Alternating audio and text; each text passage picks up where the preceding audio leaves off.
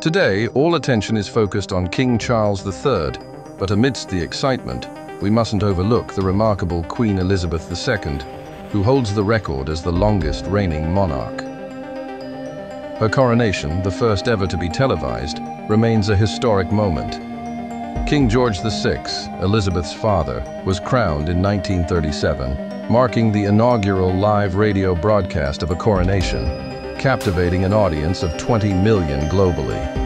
Preceding him, King George Fifth's coronation in 1911, although mostly lost to time, stands as the earliest known colorized event in history. In 1902, King Edward VII's coronation marked the monarchy's embrace of modernity as he arrived by automobile, showcasing Britain's advancement in technology. Queen Victoria's 1838 coronation holds a special place in history as the first royal event captured in a photograph, immortalizing the Queen and her children. However, even in this monumental moment, Victoria's attempt to fix her closed eyes in the photo resulted in a comical outcome. William IV's reluctance towards ceremonial pomp led to a modest coronation, earning it the moniker Penny Coronation. In stark contrast, King George IV spared no expense for his lavish 1821 coronation, setting a standard for opulence. Notably, George III's reign endured for an unprecedented 59 years and 96 days, making him the longest reigning monarch in British history. George II's coronation introduced the iconic anthem Zadok the Priest, a piece that still resonates in modern times. Similarly, George V's coronation excluded his imprisoned wife, overshadowed by scandal. Anne's coronation, accompanied by William Croft's composition God Save the Queen, solidified the anthem as Britain's national hymn. The joint coronation of William and Mary in 1689 marked the end of a historic era, while James II's 1685 coronation was the final Roman Catholic ceremony in England. Charles II's coronation in 1661, clad in armor, marked a departure from medieval tradition, transitioning to more comfortable robes.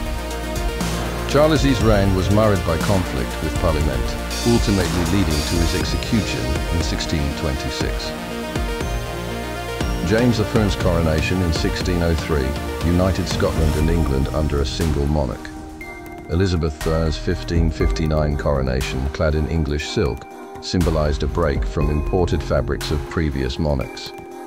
Mary I's ascension to the throne in 1553 marked a significant shift, breaking centuries of male rule in England. Edward VI's coronation in 1547 heralded a Protestant era, while Henry VII's 1485 coronation introduced the Oath of Supremacy, affirming the king's authority over the church. Richard III's 1483 coronation was the last in York, ending with his demise in battle.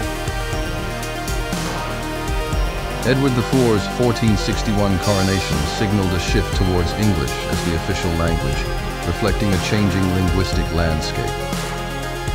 Henry VI's 1429 coronation, at just 8 years old, made him the youngest king in history. Henry V's 1413 coronation, amidst a snowstorm, left the populace divided on its significance. Henry VII's coronation in French marked a departure from tradition, foreshadowing a linguistic evolution. Richard II's youthfulness at his 1377 coronation contrasted with his eventual downfall. Edward III's 1327 coronation, renowned for its elaborate tournaments, epitomized medieval grandeur. Edward II's 1308 coronation introduced the iconic coronation chair, a symbol of royal authority. Edward III's 1274 coronation marked a shift in title, emphasizing rule over land rather than people. Henry III's multiple coronations reflected a tumultuous period in English history. John's 1199 coronation banquet was marred by Scottish nobles' failed attempt to seize the Stone of Scone. Richard I's defiance at his 1189 coronation underscored his disregard for tradition. Henry II's coronation feast, marred by Norman English discord, required royal intervention to restore order. Stephen's reign remains shrouded in mystery, overshadowed by his father's reputation. Henry I's marriage to Matilda of Scotland set a precedent for future royal unions. William II's nickname, Rufus, hinted at his distinctive appearance, while William the Conqueror's 1066 coronation marked a pivotal moment in English history.